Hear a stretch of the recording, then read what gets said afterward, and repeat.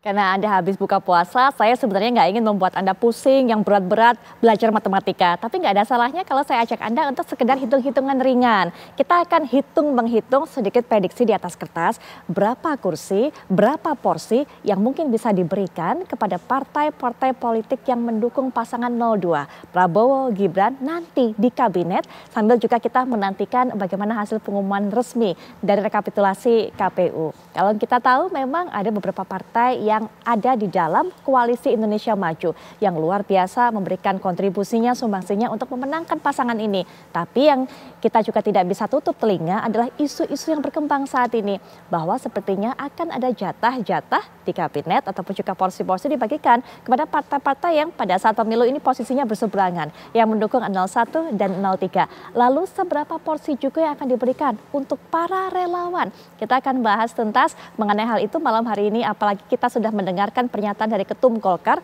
Erlangga Hartarto yang mengatakan Golkar 5 deh jatahnya di kabinet. Bagaimana dengan partai-partai lainnya? Langsung saja saya akan perkenalkan satu persatu narasumber untuk Anda yang akan mengamati dari kacamata politik, yaitu pengamat politik Mas Agung Baskoro. Assalamualaikum warahmatullahi wabarakatuh. Malam Mas Agung.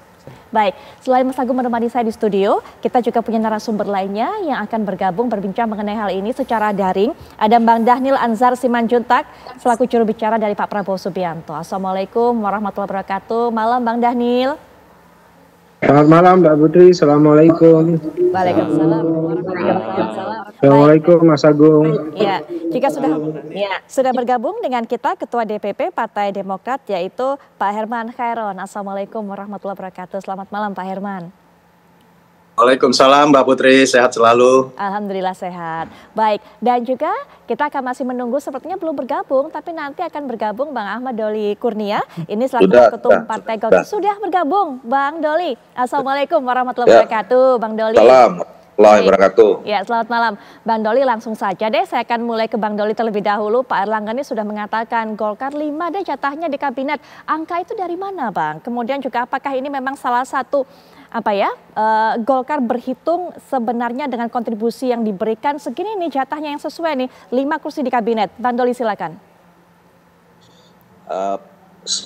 Begini, pertama saya kira kita harus sama-sama memahami bahwa di dalam sistem presidensial itu, ya, kabinet itu adalah hak prerogatifnya presiden dan tentu kita semua menghormati, ya.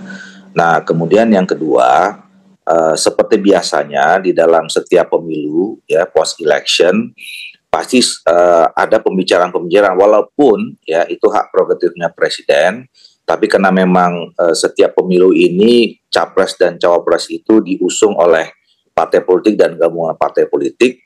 Pasti juga akan ada pembicaraan antara presiden terpilih, wakil presiden dengan ketua umum partai politik yang bergabung dalam koalisi pendukung di pilpresnya gitu. Nah, yang ketiga, sebetulnya kemarin itu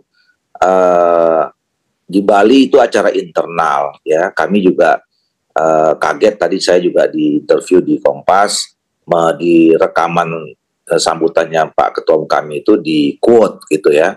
Jadi itu sebetulnya kemarin acara di Bali itu acara silaturahim, kita undang ketua-ketua DPD ya sambil memanjatkan rasa syukur ya, dan terima kasih kepada ketua-ketua DPD yang selama ini sudah bekerja keras sehingga Golkar bisa mencapai perolehan seperti saat ini, suaranya naik 2-3%.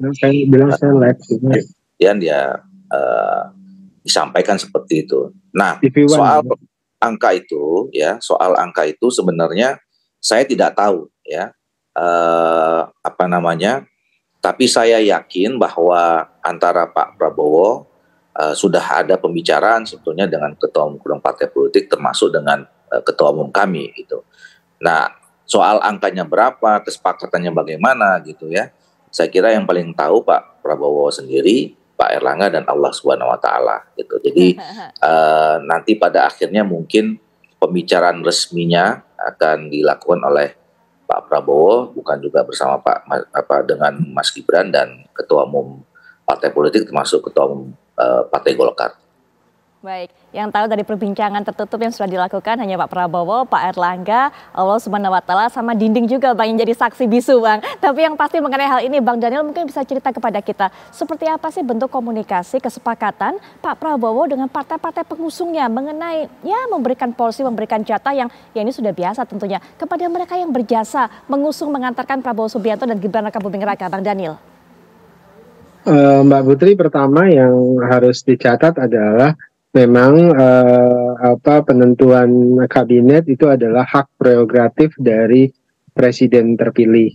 Nah, terkait dengan itu, Pak Prabowo memang berulang kali baik itu di forum terbuka maupun tertutup menyampaikan bahwasannya ketika beliau membentuk kabinet atau tim kerja yang akan membantu beliau nanti, kata kunci yang selalu disampaikan itu adalah beliau ingin menghimpun putra-putri terbaik Indonesia. Artinya mereka-mereka yang punya kompetensi, mempunyai kapasitas di bidangnya masing-masing untuk membantu kerja-kerja pembangunan Indonesia maju nanti. Kemudian yang ketiga, Mbak Putri, kami dalam hal ini Pak Prabowo juga sering menggunakan istilah agak berkeberatan dengan istilah dikotomi profesional dan orang partai. Jadi dikotomi itu menyatakan seolah-olah kalau orang partai itu tidak profesional. Kemudian itu seolah-olah menegasikan mereka-mereka yang berkhidmat di partai. Karena banyak sekali yang di partai politik justru adalah orang-orang yang profesional di bidangnya masing-masing, tapi kemudian berkhidmat di politik praksis. Jadi dalam perspektif dikotomi antara profesional dan orang partai itu ya Pak Prabowo dan tentu di Partai Gerindra itu tidak bersepakat dengan itu. Karena banyak sekali tadi saya sebutkan orang partai yang sangat profesional di bidangnya masing-masing. Keempat, Mbak Putri, tentu terkait dengan penentuan siapa di kabinet, tadi saya sebutkan di awal yang akan dicari tentu mereka yang punya kompetensi, kapasitas di bidangnya masing-masing. Kemudian kedua tentu adalah mereka yang bersedia melanjutkan program yang sudah dirancang oleh Pak Prabowo. Kemudian tentu mereka-mereka ini punya punya kesepahaman dengan Pak Prabowo dalam hal ini Presiden Republik Indonesia, dan mereka bisa dari banyak kelompok, dari banyak pihak. Jadi Pak Prabowo sejak awal terbuka dengan semua kelompok, terutama tentu partai koalisi, kemudian pihak-pihak kelompok lainnya yang memang nanti bisa membantu Pak Prabowo. Jadi terkait dengan matematika kabinetnya tentu itu nanti adalah prerogatif dari Pak Prabowo sendiri, Mbak. Mengenai hak prerogatif, kemudian mencari sosok yang kompeten, tapi kemudian juga saya ingin pertegas terutama yang kalimat-kalimat terakhir Bang Daniel, artinya juga sangat terbuka kemungkinan memberikan jabatan di kabinet bukan hanya mereka, partai-partai politik yang memperkuat ataupun mengusung 02, tapi juga yang mungkin mengusung 0103, terbuka juga peluang seperti itu Bang Daniel? Sejak awal kan Pak Prabowo menyebutkan bahwasannya beliau terbuka dengan upaya mempersatukan. Jadi memang visi utama Pak Prabowo ketika maju menjadi calon presiden itu adalah visi mempersatukan. Artinya apa? Artinya semua kelompok, semua pihak yang bisa memperkuat kerja-kerja kabinet di masa yang akan datang tentu akan diajak. Tadi syaratnya tentu adalah punya kompetensi, kemudian punya integritas, dan tentu punya basis dukungan yang signifikan.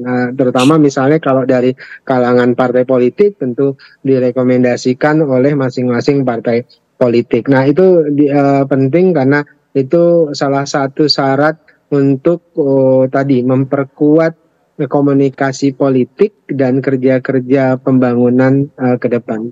Ya, Baik Pak Herman, kalau tadi Golkar sudah kita tahu Pak Erlangga menyebutkan angka. Kalau dari Demokrat sendiri Pak Herman, apalagi kita tahu Pak SBY sampai turun gunung loh. Bahkan bukan rahasia juga, ini salah satu yang menyebabkan suara dari pasangan 02 di Jawa Timur begitu terdongkrak tinggi. Pak Herman, apakah kemudian ada juga angka yang diintikan harapannya oleh Demokrat dapat jatah berapa sih di kabinet? Ya, pertama tentu sekali lagi saya juga menekankan bahwa ini menjadi hak prerogatif dan domainnya Presiden. Dan kalau hari ini kita membicarakan persoalan kabinet, tentu yang harus kita pastikan betul adalah bagaimana nanti sampai 20 Maret ini. Artinya penetapan dulu terhadap hasil pemilu, sehingga jelas siapa Presiden terpilih secara formal dan tentu berapa jumlah komposisi masing-masing partai di parlemen. Ini kan juga akan mempertimbangkan atau memperhitungkan terhadap berapa jumlah tentu nanti Pak Prabowo akan mengalokasikan masing-masing partai. Yang kedua, saya meyakini bahwa pemerintahan yang kuat itu juga harus didukung oleh parlemen yang kuat. Jadi saya meyakini hitung-hitungannya Pak Prabowo justru juga akan mempertimbangkan terhadap bagaimana pengamanan jumlah parlemen yang memadai di parlemen. Oleh karenanya ini akan menjadi pertimbangan juga. Tentu kalau dengan 4 partai hari ini tidak cukup untuk bisa mayoritas, mungkin saja Pak Prabowo akan menggait beberapa partai kembali untuk bisa memperkuat supaya program-program yang disiapkan dan dicanangkan yang ini apakah masuk dalam quick win maupun pada program jangka panjang, ini bisa dijalankan dengan baik. Nah, oleh karenanya saya meyakini bahwa Pak Prabowo memang akan membuat koalisi yang lebih besar, sehingga kuat di pemerintahan, kuat juga di parlemen. Baik. Yang ketiga, bagi Demokrat ya menyerahkanlah sepenuhnya kepada Pak Prabowo. Apakah memang nanti akan mendapatkan berapa porsi, yang tentu saya juga meyakini pada saatnya nanti para pimpinan partai tentu akan diajak bicara untuk membicarakan tentang portofolio dan porsi-porsi yang tepat masing-masing partai koalisi. Yang tentu juga menurut saya akan ada pelebaran-pelebaran sehingga ini memungkinkan penguatan-penguatan di parlemen. Yang keempat, pertimbangan saya juga melihat Pak Prabowo akan memilih figur-figur yang profesional. Karena kalau saya mengikuti beberapa pidatonya Pak Prabowo, selalu menyampaikan bahwa yang ingin direkrut adalah para praktisi-praktisi yang memang siap kerja di lapangan, doer gitu ya, yang siap bekerja, yang siap untuk menjalankan program-program yang dicanangkan oleh Presiden. Jadi ada banyak pilihan menurut saya, tetapi pada akhirnya nanti para pimpinan partai akan diajak duduk bersama setelah nanti penetapan di tanggal 20 Maret ini jelas selesai, kemudian ada ruang sengketa yang tentu masing-masing para pihak mungkin akan memanfaatkan ruang waktu yang ada di durasi sengketa itu, dan tentu setelah itu baru berpikir apa langkah-langkah selanjutnya. Dan saya melihat juga Pak Prabowo ingin mempersiapkan transisi ini lebih matang, sehingga pada waktunya nanti ketika beliau dilantik, kemudian menyusun kabinet, dan kemudian kabinet ditetapkan dilantik, langsung running bisa bekerja, dan sisa waktu yang tersedia Oktober, November, Desember di tahun 2024, saya kira ini diinginkan program-program yang cepat, yang memang ini menjadi target, menjadi mungkin saja nanti piloting termasuk makan siang gratis. Saya kira ini bisa dijalankan di sisa waktu tahun 2024. Baik. Oleh karenanya persiapannya memang harus matang, dan sekali lagi kita tunggu saja pada waktunya, karena beliau juga akan membicarakan hal ini dengan para pimpinan partai. Baik, Mas Agung, ini partai-partai apa memang masih malu-malu gitu atau sebenarnya masih berhitung masing-masing di angka masing-masing atau memang juga masih menanti waktunya membaca suasananya seperti apa, menunggu Pak Prabowo nanti memanggil masing-masing ketua dari partai politik. Nanti Mas Agung bisa berikan pandangannya. Termasuk juga ada kata-kata kunci yang diberikan oleh Pak Herman Khairot, pelebaran-pelebaran, parlemen yang kuat, koalisi yang besar. Bagaimana pengaruhnya nih terhadap memberikan tadi porsi-porsi mereka di parlemen ataupun juga maksud saya di kabinet. Nanti Mas Agung berikan ulasannya, tapi setelah jeda kami segera kembali saat lagi. Baik pemirsa, sebelum nanti kita lanjutkan perbincangan, kami bawa Anda terlebih dahulu untuk bisa melihat data fakta berapa jatah kursi di kabinet yang diberikan kepada partai-partai politik tentunya di masa pemerintahan kabinet-kabinet sebelumnya, yaitu Pak Jokowi, kemudian juga ada Presiden SBY. Nah ini kita lihat pada masa Presiden SBY, siapa saja kemudian yang ada di Indonesia Bersatu, atau jilid 1 2004 sampai 2009, PKS, Demokrat, Golkar, PKB, PBB, PAN, P3 dan PKPI.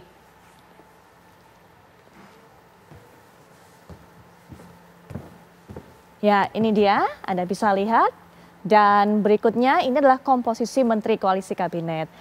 Berapa yang diberikan tentunya kepada partai-partai politik tersebut? PKS ada 3 orang, Demokrat 2 orang, Golkar 2 orang, PKB 2 orang, PBB 2 orang, PAN ada 2 orang, P3 2 orang, PKPI ada 1 orang.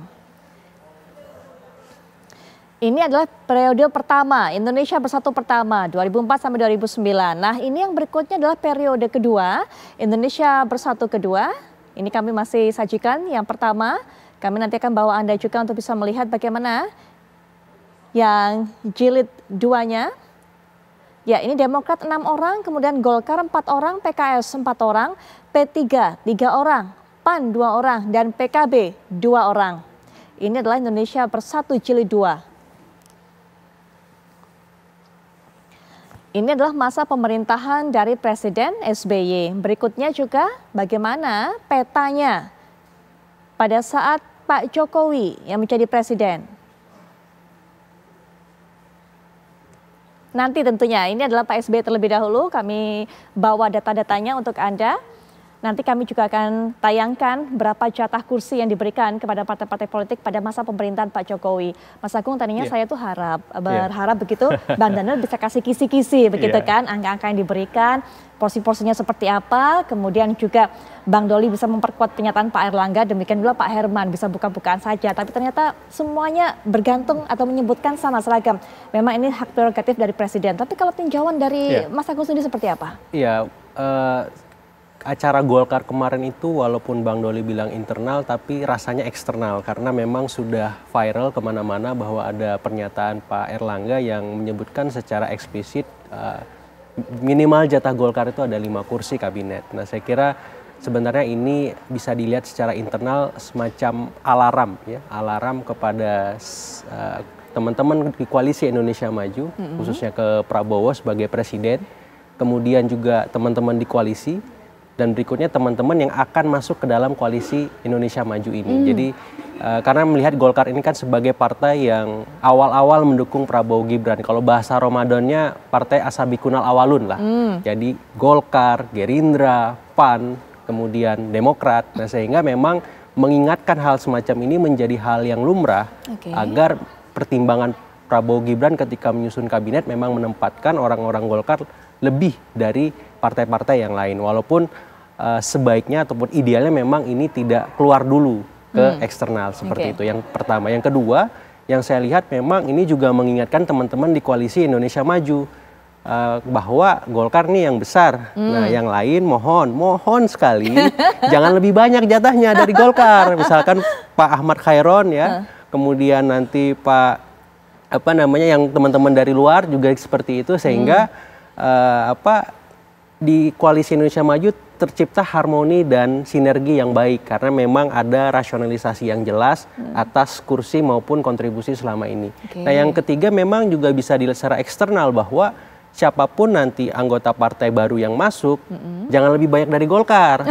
Ya, pamali bahasanya gitu. Kalau lebih banyak justru nanti ada disharmoni, ada kecemburuan dan seterusnya. Karena tadi partai-partai yang lebih awal mendukung Prabowo Gibran ini adalah partai-partai yang sejak awal dalam tanda petik berdarah-darah, berkeringat dan ya istilahnya menjadi tameng utama Prabowo ketika masa kampanye bergulir bahkan hingga sekarang. Jadi saya kira alarm dari Golkar ini ya patut diapresiasi lah gitu, terlepas ada plus minusnya, tapi ini mengingatkan kepada Prabowo Gibran dan koalisi maupun di luar koalisi bahwa ada Golkar sekarang yang menjadi motornya. Jadi mohon diperhatikan Golkar ini. Seperti itu kira-kira bahasanya. Bang Doli, betul nggak Bang Doli? Seperti itu sebenarnya yang coba disampaikan oleh Pak Erlangga. Jadi memang ada pesan-pesan tersirat begitu, pesan-pesan kepada Pak Prabowo, kepada partai-partai lain. Jadi begini loh sebenarnya kontribusi dari Golkar yang besar sehingga cukup relevan kalau meminta jatah 5 kursi. Partai-partai lain jangan sampai boleh nyalip. Begitu Bang Doli.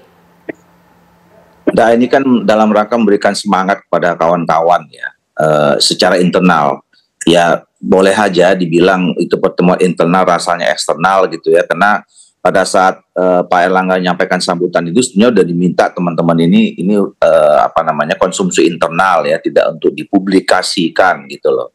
Jadi kita memang menghitung ya bahwa kerja keras yang dilakukan oleh jajaran partai di semua level ini itu membuahkan hasil ya. Pertama kita menambah jumlah suara yang cukup signifikan di Pileg 2-3%. Sekarang juga kita sedang bersaing untuk meraih kursi DPR-nya, mudah-mudahan juga bisa tinggi dan mencapai yang paling tinggi gitu. Kemudian yang di Pilpres juga kita mencatat bahwa pada Pilpres inilah kita menorehkan sejarah bahwa konstituen Partai Golkar ya itu sebanyak 75-80% itu memilih pasangan 02 ya. Kita sudah mengikuti Pilpres beberapa kali, termasuk terakhir 2019 kita mendukung Pak Jokowi, itu konstituen Partai Golkar sekitar 63% ya. Jadi ini artinya soliditas partai sampai ke tingkat konstituen kita itu sudah sama panjangannya, linear gitu loh. Nah, jadi ya wajar saja kalau kemudian Pak Erlangga berharap ada apresiasi ya yang diberikan oleh Pak Prabowo dan kemudian juga patut dihargai oleh partai-partai politik lain di dalam koalisi. Gitu. Jadi semangatnya cuma hanya itu. Tapi sekali lagi saya katakan ya, at the end semua kan soal susunan kabinet ini kembali muaranya ke Presiden terpilih. Insya Allah kalau dalam waktu dekat diumumkan itu kembali ke Pak Prabowo. Dan saya yakin Pak Prabowo juga paham situasi perkembangan politik perpolitikan di Indonesia yang memang kalau dalam penyusunan kabinet itu pasti akan mengajak bicara ya Pak ketua partai politik. Terutama ketua partai politik yang kemarin tergabung dalam yang disebut Koalisi Indonesia Maju yang mengusung pasangan 02 itu.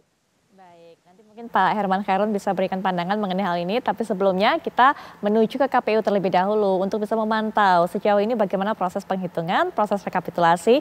Ada rekan kami Rizka Salsabila akan memberikan kabar terbaru untuk Anda. Silakan Rizka. Ya Putri Viola dan juga pemirsa, untuk hingga saat ini rapat rekapitulasi tingkat nasional rencananya akan dilakukan untuk Provinsi Papua Tengah, namun sebelumnya direncanakan akan dimulai pada pukul 10 pagi tadi, namun hingga saat ini memang rapat rekapitulasi ini belum juga terlaksanakan. Hal ini sebelumnya sempat kami konfirmasi kepada salah satu komisioner KPU RI, Idam Holik, ini menyampaikan bahwa rencananya masih menunggu kedatangan berkas dan juga KPUD dari Papua Tengah. Namun hingga malam hari ini belum ada konfirmasi lanjut kapan akan dimulainya rekapitulasi untuk Provinsi Papua Tengah ini. Namun pada konfirmasi sebelumnya juga Idam Holik ini juga sempat menyampaikan untuk besok rekapitulasi rencananya akan dilakukan untuk Provinsi Maluku atau tepatnya pada 18 Maret 2024. Yang mana sebelumnya juga komisioner lainnya Agus Melas juga sempat menyampaikan bahwa KPU optimis optimis akan menyelesaikan rekapitulasi pada 18 Maret 2024 atau besok hari ini. Kemudian untuk itu mengingat tenggat waktu penghitungan rekapitulasi berdasarkan peraturan KPU RI, ini untuk hasil rekapitulasi diberikan waktu sebanyak 30 hari sejak pemungutan suara atau tepatnya pada tanggal 14 Februari kemarin. Yang kemudian 35 hari setelah itu baru akan diselesaikan rekapitulasinya pada tanggal 20 Maret 2024. Hingga saat ini KPU RI telah melakukan rekapitulasi telah selesai melakukan rekapitulasi untuk 32 provinsi dari 38 provinsi yang ada di Indonesia, yang mana itu menyisakan 6 provinsi yang belum melakukan rekapitulasi di tingkat nasional, yaitu Maluku, Papua, Papua Barat Daya, Papua Tengah, Papua Pegunungan, dan juga Jawa Barat. Dan selain itu berdasarkan hasil rekapitulasi sebelum-sebelumnya, Putri Viola dan juga pemirsa, ini diungguli oleh Prabowo Subianto dan Gibran Rakabuming Raka yang unggul di 30 provinsi. Yang kemudian Anies Baswedan dan Muhaimin Iskandar yang unggul di 2 provinsi, yaitu Aceh dan juga Sumatera Barat. Dan untuk pasangan Ganjar Mahfud ini memang belum ada keunggulan di provinsi yang ada di Indonesia. Seperti itu Putri Viola dan juga pemirsa. Terima kasih kembali ke Anda di studio. Ya, terima kasih untuk laporannya. Kita akan terus tunggu bagaimana proses penghitungan dilakukan oleh KPU sampai nanti resmi diumumkan pada 20 Maret mendatang. Setelah jeda kami akan lanjutkan perbincangan, termasuk kalau tadi sudah Pak Herman Hairon mengatakan akan ada pelebaran koalisi besar. Bang Daniel juga mengatakan Pak Prabowo ingin merangkul semuanya. Lalu ini juga tentunya berpengaruh terhadap jatah-jatah yang diberikan kepada partai-partai politik. Kalau partai-partai yang ada di lain atau di luar koalisi juga bisa bergabung, termasuk juga mengakomodir keinginan ataupun juga jatah untuk para relawan. Sesaat lagi.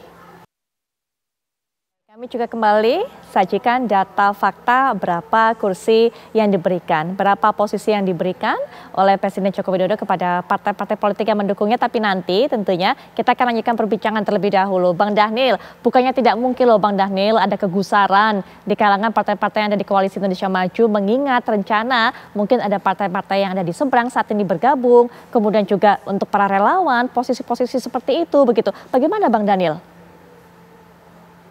Pertama memang kan secara otomatis semuanya pasti bersepakat agar pemerintahan Pak Prabowo dan Mas Gibran 5 tahun ke depan itu stabil dan punya sokongan politik yang juga stabil dan kuat.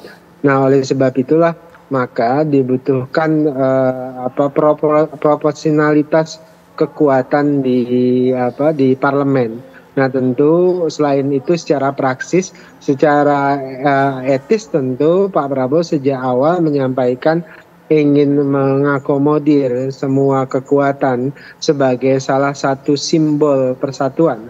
Kenapa? Karena tentu Pak Prabowo belajar dari Pak Jokowi yang juga merangkul Pak Prabowo ketika beliau berdua berkompetisi.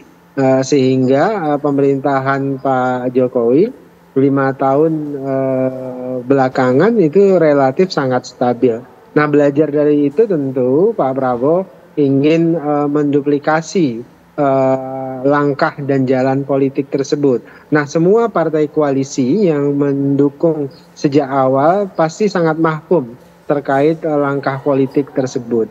Kemudian yang kedua, Mbak Putri, Pak Prabowo selalu bersikap proporsional. Proporsional yang saya maksud adalah tentu semua partai itu dihargai, ditempatkan pada posisi sebagaimana mestinya. Di catatan saya adalah ditempatkan pada posisi sebagaimana mestinya. Bahkan partai-partai yang tidak memperoleh kursi ketika mendukung Pak Prabowo juga menghormati dan menempatkan sejajar dengan partai-partai yang besar. Nah, terkait nanti penentuan kabinet tadi semuanya tentu punya kesempatan dan semuanya tadi akan ditempatkan sebagaimana mestinya dan proporsional. Kira-kira begitu Mbak Putri. Baik, semuanya akan coba diakomodir, termasuk partai-partai yang juga tidak memiliki kursi di parlemen. Pak Herman Hairon, artinya juga jangan-jangan ini kuenya yang akan terbagi kepada partai-partai koalisi juga akan semakin sedikit, Pak Herman. Ya, itu kan hak prerogatifnya Presiden. Jadi nanti proporsinya seperti apa, tentu kan itu akan dibicarakan terlebih dahulu dengan pimpinan partai-partai. Dan kalaupun mengakomodir juga kan pos-posnya juga banyak menurut saya yang bisa ini dijadikan sebagai bagian kontribusi. Dan saya juga meyakini Pak Prabowo memiliki rumus-rumusnya lah gitu ya. Sampai saat ini siapa saja yang berkontribusi secara keterwakilan di parlemen, kemudian secara penajaman di dalam pemenangan Pilpres kemarin tentu memiliki rumus dan hitung-hitungannya. Sehingga inilah yang tadi disebutkan oleh Bung Daniel, saya kira rasionalitas di dalam menentukan secara proporsionalnya ini akan tepat dan akan dimengerti oleh seluruh partai-partai. Dan barangkali kalau jabatan-jabatan profesional kan juga banyak, yang tentu ini bisa ditempatkan pada pos-pos yang lebih operasional. Oleh karenanya, dalam pandangan saya, tidak kesulitan lah menurut saya Pak Prabowo ke depan untuk memformulasikan bagaimana komposisi kabinet yang tepat, kabinet yang kerja, kabinet yang tentu bisa mencapai target-target dari Presiden dan Wakil Presiden untuk bisa memberikan kontribusi lebih baik kepada rakyat. Nah, bagaimana nanti internal? Ya, internal tentu diserahkan kepada masing-masing ketua umum, dan ketua umum nanti akan duduk bersama dengan Presiden dan Wakil Presiden dan membicarakannya dengan baik di situ, dan semuanya kalau sudah dalam kesepakatan kan bukan lagi persoalan kuantitas. Nanti berpikirnya adalah persoalan bagaimana secara politik memberikan kontribusi secara berkualitas untuk bisa mensukseskan program-program kerja yang tentu nanti dicanangkan. Baik. Dan menurut saya satu hal ya, Mbak Putri, yang mungkin nanti akan menjadi pembicaraan penting menurut saya, yaitu mengenai portofolio gitu ya. Itu portofolio apakah akan disesuaikan dengan portofolio yang saat ini ada, ataukah misalkan mungkin dipecah kembali, misalkan Kementerian Lingkungan Hidup yang dianggap ini adalah multisektoral, itu kan bisa juga nanti secara mandiri. Ataukah dengan pos-pos lain yang tentu ini bisa dipecah dan secara mandiri, tentu dicari wakil yang tepat. Ini juga menurut saya akan menambah terhadap jumlah yang nanti secara proporsional ini akan diberikan kepada masing-masing partai. Baik. Dan kalaupun profesional masuk di situ, saya kira nggak ada persoalan itu ya. Dan semuanya adalah domainnya Presiden. Kita serahkan sepenuhnya kepada Presiden terpilih. Baik, semua ada pos-posnya Mas Agung, dan yakin bahwa Pak Prabowo ini bisa mengaturnya, begitu kan? Punya rumus mengenai hal ini. Tapi nanti sebelum Mas Agung juga bisa berikan pandangan, Bang Doli juga bagaimana melihat hal ini? Jadi potensinya untuk mengakomodir semua adalah juga kemudian kementerian-kementerian yang ada kemudian dipecah-pecah begitu, sehingga semua juga bisa masuk mendapatkan pos-pos tertentu di dalam kabinet ini, Bang Doli. Tentu saya kira Pak Presiden, Pak nanti yang terpilih Pak Prabowo ya, tentu dibantu sama Mas Gibran, pertama kali saya kira akan merumuskan ya, kira-kira untuk menjalankan program-program yang saya kira itu kan program-program besar ya, program besar yang merupakan turunan dari visi besar yang disampaikan pada saat kampanye kemarin gitu. Dan itu saya kira membutuhkan tim yang cukup kuat ya. Nah, kemudian komposisinya yang paling ideal seperti apa, itu yang nanti saya kira harus dirumuskan pertama kali oleh Pak Prabowo dan timnya dan seterusnya itu.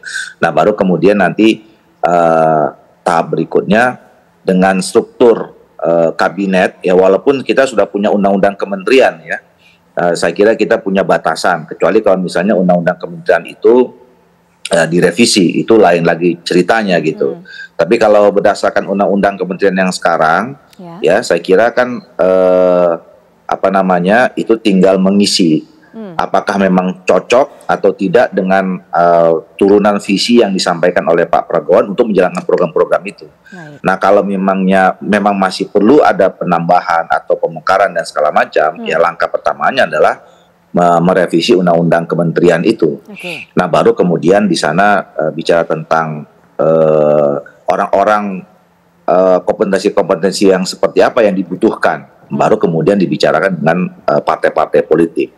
Nah, jadi saya setuju, saya kira memang ke depan ini kita semua membutuhkan soliditas, persatuan dan kesatuan. Juga seperti yang disampaikan oleh berapa kali ya, saya kira narasi besar yang disampaikan oleh Pak Prabowo itu kan adalah soliditas, persatuan dan kesatuan, kebersamaan gitu. Membuka diri dengan potensi siapa saja, mau dari 01, 03 gitu lah, untuk kepentingan bangsa dan negara. Nah, itu nanti harmonisasi pada variabel-variabel itulah nanti saya kira yang harus menjadi pertimbangan dalam penyusunan kabinet.